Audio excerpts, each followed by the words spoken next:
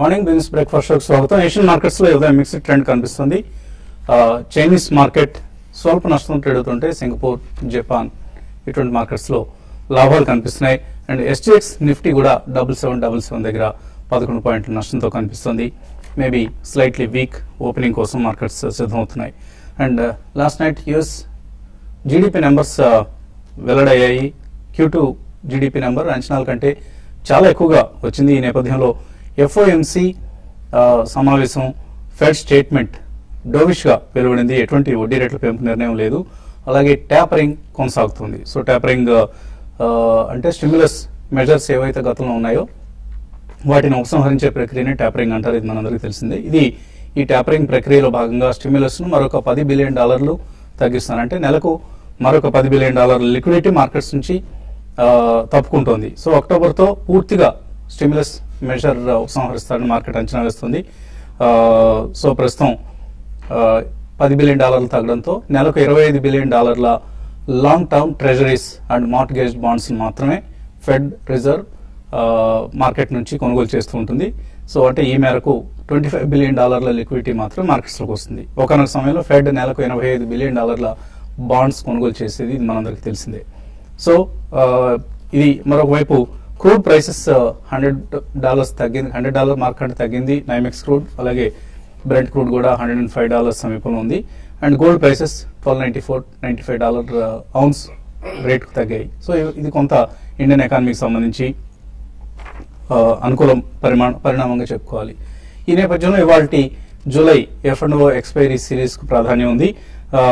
నిన్న కూడా చూసాం మనం ఎల్ఎన్టీ బ్యాంక్ రిజల్ట్స్ ను, కొన్ని PSU బ్యాంక్స్ ప్రకటించిన disappointing results, bank of India లాంటి బ్యాంక్స్ ప్రకటించిన డిసప్పాయింటింగ్ రిజల్ట్స్ పక్కకు పెట్టి మరి మార్కెట్స్ చివరి గంట ట్రేడింగ్ లో కోలుకోవడం చూసాం. అండ్ ప్రస్తుతానికి ట్రెండ్ చూస్తే మనకు cyclicals down, policy related stocks down and only defensives like IT, pharma ఈ రెండు రంగాలకు చెందిన షేర్లనే ఎక్కువగా ఇన్వెస్టర్స్ కొంటున్నారు.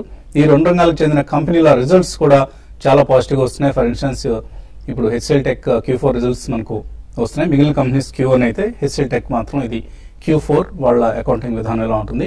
And HCL Tech Q4 results కూడా మార్కెట్ అంచనాల కంటే బెటర్ గా వస్తున్నాయి. ఎబిటా మార్జిన్స్ 24.2% వచ్చాయి. మార్కెట్ అంచనా వేసింది 23.6% మాత్రమే. అలాగే నెట్ ప్రాఫిట్ 13% పెరిగింది, 1834 crores.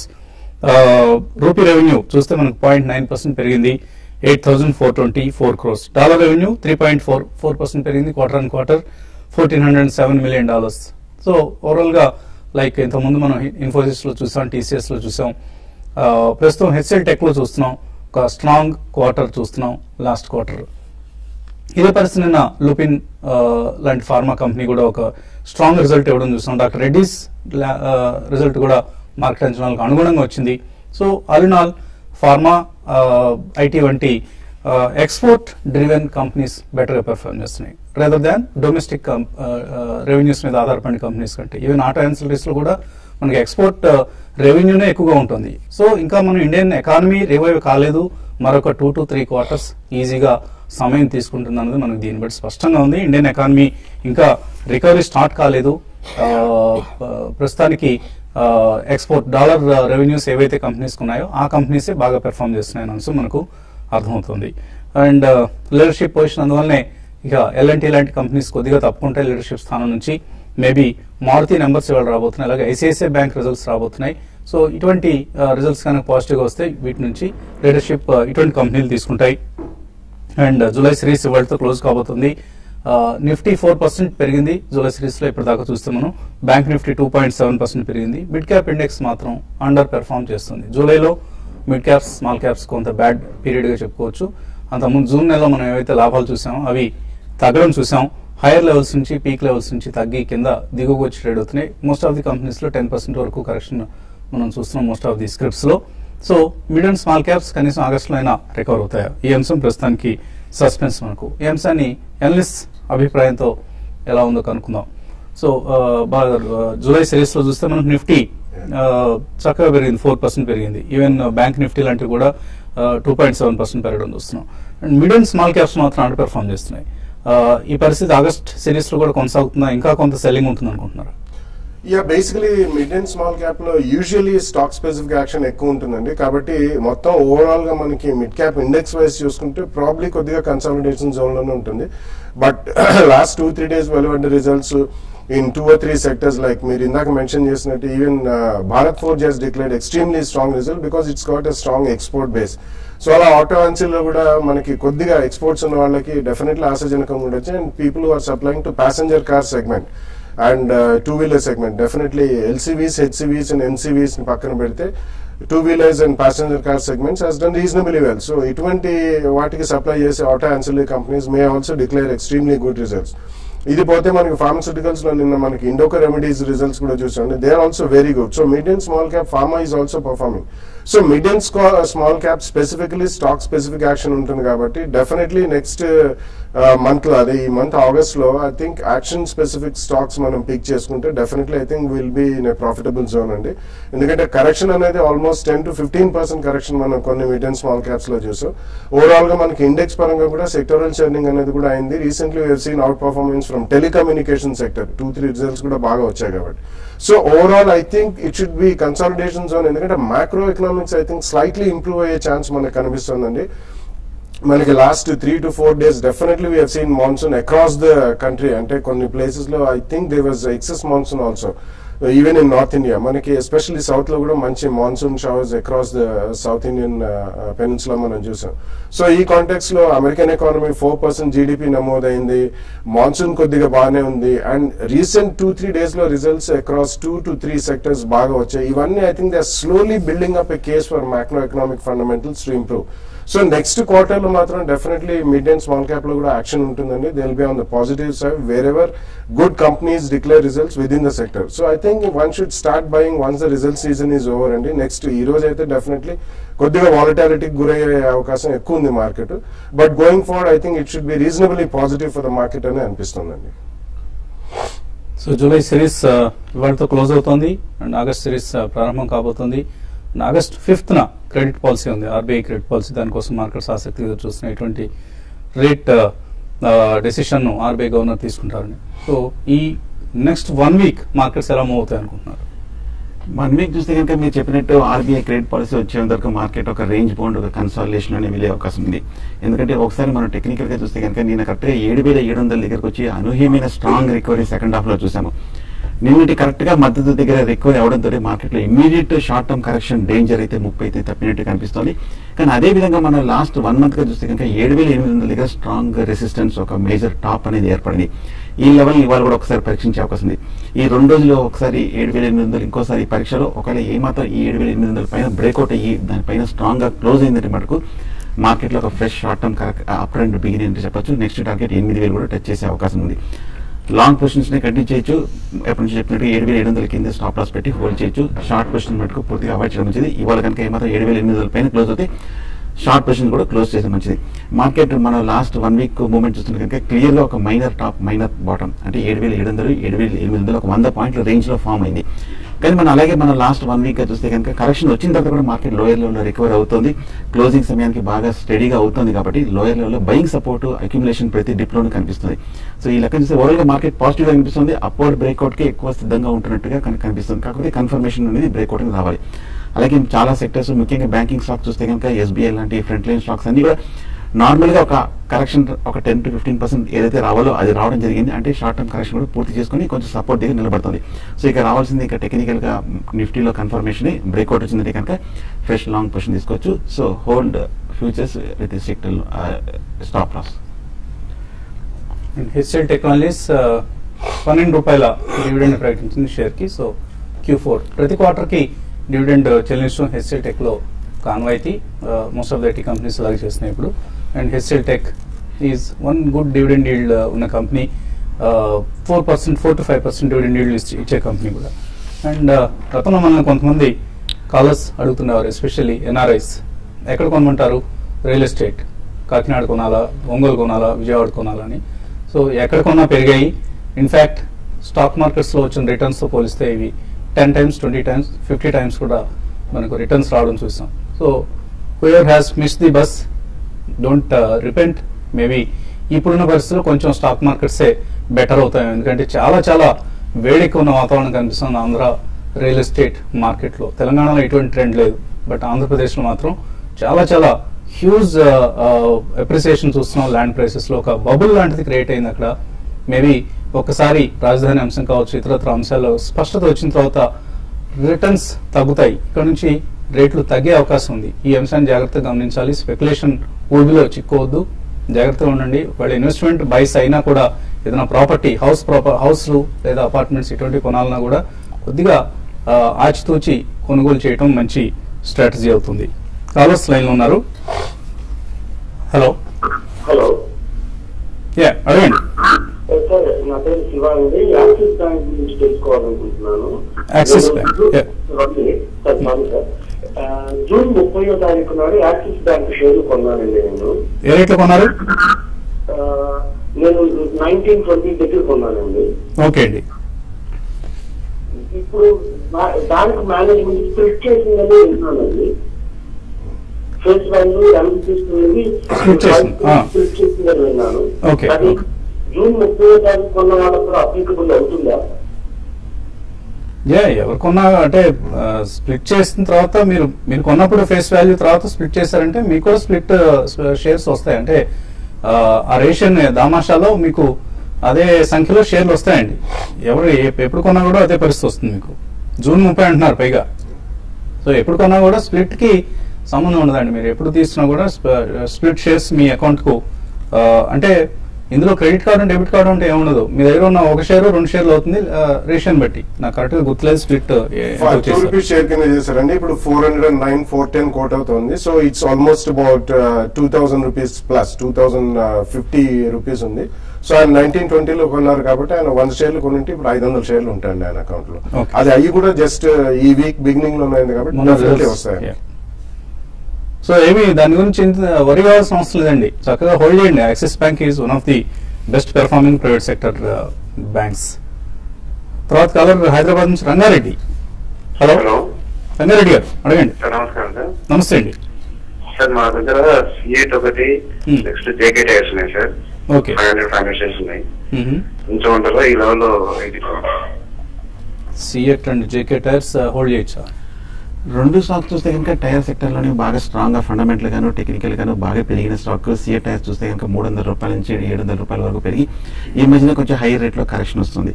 బట్ టెక్నికల్ గా చూస్తే ఇంకా కొంచెం స్ట్రాంగ్ అనేది సపోర్ట్ దగ్గర వస్తుంది, హోల్డ్ చేయండి. కానీ జేకే టైర్స్ చూస్తే కనుక బాగా పెరిగిన తర్వాత 150 నుంచి 330 రూపాయల వరకు పెరిగిన తర్వాత హైలలో ఏమాత్రం సెల్లింగ్ ప్రెషర్ కూడా రావట్లేదు. పైగా పటిష్టంగా ఉంది. ఏమాత్రం 340 కనుక బ్రేక్ అయిందంటే నెక్స్ట్ టార్గెట్ 370, 380 వరకు వెళ్ళే అవకాశం ఉంది. డెఫినెట్ గా రెండు హోల్డ్ చేయండి. టైర్ సెక్టర్ స్టాక్స్ బులిష్ గానే కనిపిస్తున్నాయి. బోత్ సిఎట్ అండ్ జేకే టైర్స్ రెండు కూడా ప్రస్తుతానికి హోల్డ్ చేయండి. ఇప్పటికైతే మనకు అన్ని శుభశకునాలే కనిపిస్తున్నాయి. ఆటో యాన్సిలరీస్, ఆటోమొబైల్ ఇండస్ట్రీకి సంబంధించి మరిన్ని కాల్స్ తీసుకోబోయే ముందు కాసేపు విరామం.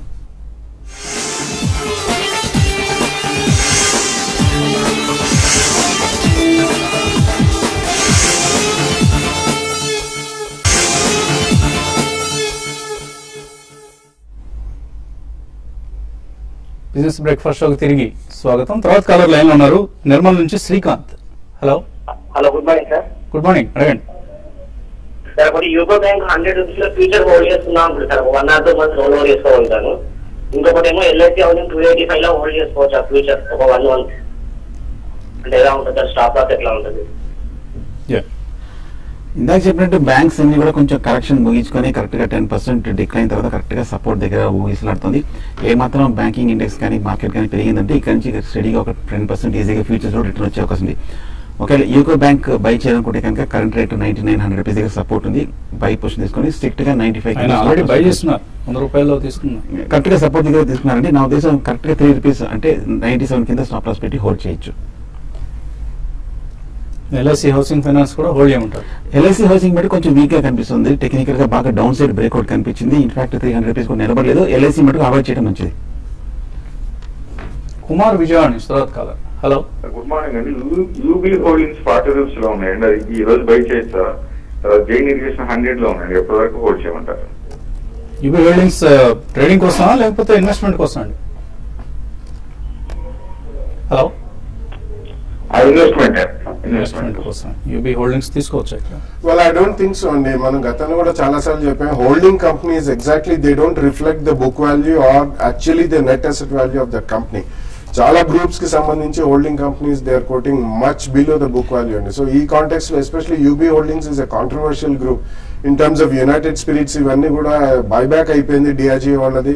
సో ఆ స్టాక్ ప్రైస్ కూడా అది రియల్ డిస్కవరీ అబౌట్ 2400 లో జరుగుతుంది. కాబట్టి ఐ డోంట్ థింక్ ఫ్రెష్ గా కొనాలని చెప్పారు కాబట్టి I think you should avoid and invest in other sectors, maybe private sector are auto ancillary, private sector bank, auto ancillary and second Rang pharmaceutical companies. Jain irrigation ₹100 hold చేస్తున్నారు.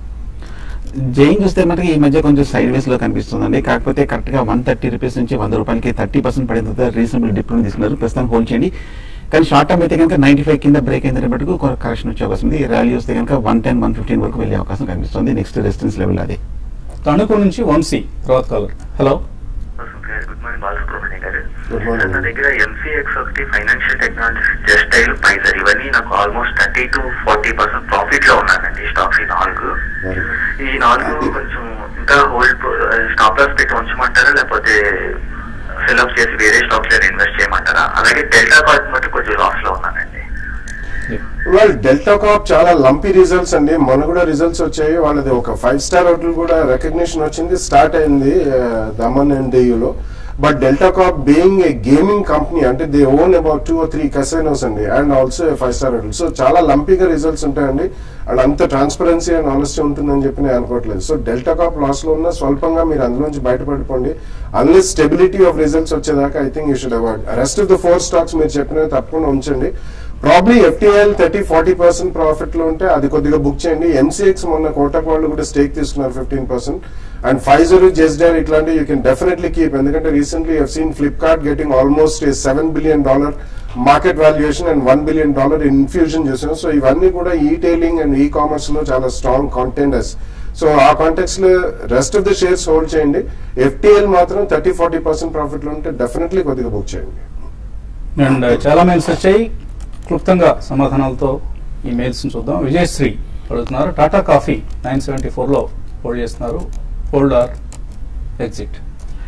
ప్రస్తుతానికి ఇది hold చేయండి, కానీ side వేస్ trend లో కనిపిస్తుంది. Closer to 890, 900 last 6 months లో strong support ఉంది. ప్రస్తుతానికి హోల్డ్ చేయండి.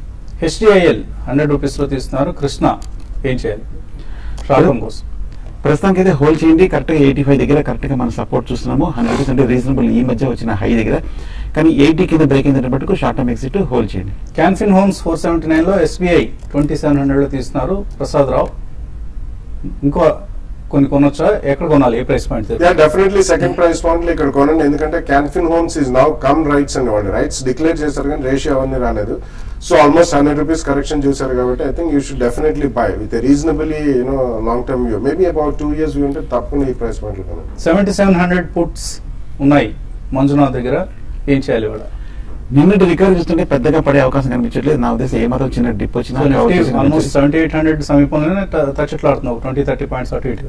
అవును, ఒకవేళ ఫర్దర్ సైడ్ వేస్ కనుక వెళ్ళిందంటే కనుక మీ ప్రీమియం బాగా పడిపోయే అవకాశం ఉంది. ఇవాళ కనుక స్ట్రాంగ్ గా క్లోజ్ అయిందంటే ఇవాళ క్లోజ్ చేసేది మంచిది 3ంటికి. సో 3 గంటల వరకు వెయిట్ చేయమంటారు? వెయిట్ చేయండి. క్లోజింగ్ వరకు, క్లోజింగ్ స్ట్రాంగ్ ఉందంటే మనకు పుట్ ఆప్షన్స్ క్లోజ్ చేసేది మంచిది. సో మేబీ ఇదే సమాధానం. 7850 పుట్ ఎన్వి చంద్రశేఖర్ హోల్డ్ చేస్తున్నారు. రాత్రి 1:23 పంపించారు అంటే నిద్ర లేని రాత్రి గడిపినట్లుగా మనకు అర్థమవుతుంది. ఆయన శ్రీవల్లి అడుగుతున్నారు, ఐఎల్ఎఫ్ఎస్ మేనేజర్, ఇన్వెస్ట్మెంట్ మేనేజర్స్ అనుకుంటాను, 6 months కోసం కొన్నారు, తీసుకోవచ్చా? ఇన్ఫాక్ట్ షల్ ఐ బై అంటున్నారు. 6 months is two short period. ఒకవేళ మీరు కొన్నా కానీ if you get 5-7% jump definitely profit book చేయడం మర్చిపోకండి. అండ్ ఎస్ఐపి చేద్దాం అనుకుంటున్నారు, ₹10,000 నెలకు. ఎటువంటి స్టాక్ రికమెండ్ చేస్తారు? I think second rung pharma companies like JB Chemicals, Indoco Remedies ఒకటండి. South Indian Bank recently 33-34 నుంచి పడ్డది అరౌండ్ 29-30కి. SIP అంటున్నారు కాబట్టి definitely that's a good candidate అండి. మేబీ హౌసింగ్ ఫైనాన్స్ లో GIC housing finance ₹6 cum dividend ఉంది at 160-62. And TCS గురించి మర్చిపోతుంది. Jagannath Naidu, IDFC Syntex short term కోసం కొనొచ్చా? రెండు పాజిటివ్ గానే కనిపిస్తుందండి. ఐడిఎఫ్సి ముఖ్యంగా చాలా బులిష్ గా కనిపిస్తుంది. ఐడిఎఫ్సి నా ఉద్దేశం డెఫినెట్ గా డిప్ కూడా రావడం జరిగింది, బై చేయొచ్చు. కానీ సింటెక్స్ మీద కన్సాలిడేషన్ ఉంది, వెయిట్ చేయండి. PC jewellers, Hinduja global solutions fundamental ఎలా ఉన్నాయి? రామకృష్ణ అడుగుతున్నారు. it's better to avoid, and ఎందుకంటే most of the jewelry making companies either exports or domestic market. Recently even RBI వాళ్ళు they put a clamp on schemes అండి. So I think you should avoid those stocks. మంథాని PCS అన్న పేరుతో వచ్చింది. Brooks labs ఈ rate లో 42 లో తీసుకోవచ్చా? No, definitely avoid, and there's a lot of controversy అది IPO వచ్చినప్పటి నుంచి, so please avoid that. Waiting period 3 months అట. సౌత్ ఇండియన్ బ్యాంక్ తీసుకున్నారు ఆయన 34 రూపీస్ లో వెంకట్ రాజు. అలాగే NHPC 25 లో తీసుకున్నారు. ఇవన్నీ 3 months కోసం హోల్డ్ చేయొచ్చా? హోల్డ్ చేయండి. బాగా హై ప్రైస్ లో తీసుకున్నారు. కరెక్ట్ గా 20 రూపీస్ నుంచి 35 రూపీస్ పెరిగిన తర్వాత సో ప్రస్తుతానికి అయితే మీరు హోల్డ్ చేయండి. మార్కెట్ ఓవరాల్ గా పాజిటివ్ ఉంది. యూనిటెక్ ఏం చేయాలి? 28 రూపీస్ లో ఉన్నాయి. యూనిటెక్ చూస్తే కనుక కొంచెం ఓవరాల్ గా కొంచెం వీక్నెస్ చూస్తున్నాము. 38 రూపీస్ నుంచి 24 రూపీస్ వరకు పడేది. నా ఉద్దేశం ర్యాలీ వచ్చిందంటే హై రేట్ ఎగ్జిట్ అవ్వడం మంచిది. నగరి రంగయ్య ఎల్ఎన్టీ ఉన్నాయి, 25% లాభంలో ఉన్నారు. నిన్నటి ఫాల్ తర్వాత కూడా రికవర్ అవుతుందా? ఇక్కడ ప్రాఫిట్ బుక్ చేసుకోవచ్చు. డెఫినెట్లీ రికవర్ అవుతుందండి, ఎందుకంటే there was a strong reaction to this quarter numbers. But మీరు ఇప్పటికీ 25% ప్రాఫిట్ లో ఉన్నారు, లాంగ్ టర్మ్ ఇన్వెస్టర్ కాబట్టి హోల్డ్ చేయండి. కార్తీక్ అడుగుతున్నారు GNFC తీసుకోవచ్చా ఇక్కడ అండ్ GHCL? నిన్న బాగా డౌన్ సైడ్ బ్రేక్అవుట్ కనిపించిందండి. GNFC కొంచెం అవాయిడ్ చేయడం మంచిది. DQ ఎంటర్టైన్మెంట్ బాలు అడుగుతున్నారు. DQ ఎంటర్టైన్మెంట్ 36 లో ఉన్నాయి, హోల్డర్ సెల్. నిన్న కూడా ఒక డౌన్ సైడ్ బ్రేక్అవుట్ కనిపించింది. లాస్ట్ 1 month గా తగ్గుతూనే వస్తుంది. నా ఉద్దేశం ఒక ర్యాలీ వస్తే ఎగ్జిట్ అయిపోవడం మంచిది. మనం పదే చెప్తున్నాం అండి, DQ నుంచి మీరు తప్పుకోండి.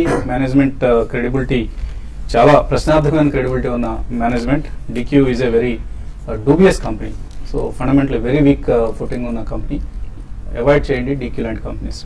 ఇది ఇవాళ బిజినెస్ బ్రేక్ఫాస్ట్. మధ్యాహ్నం 1:30 మళ్ళీ స్మార్ట్ ఇన్వెస్ట్ లో కలుద్దాం.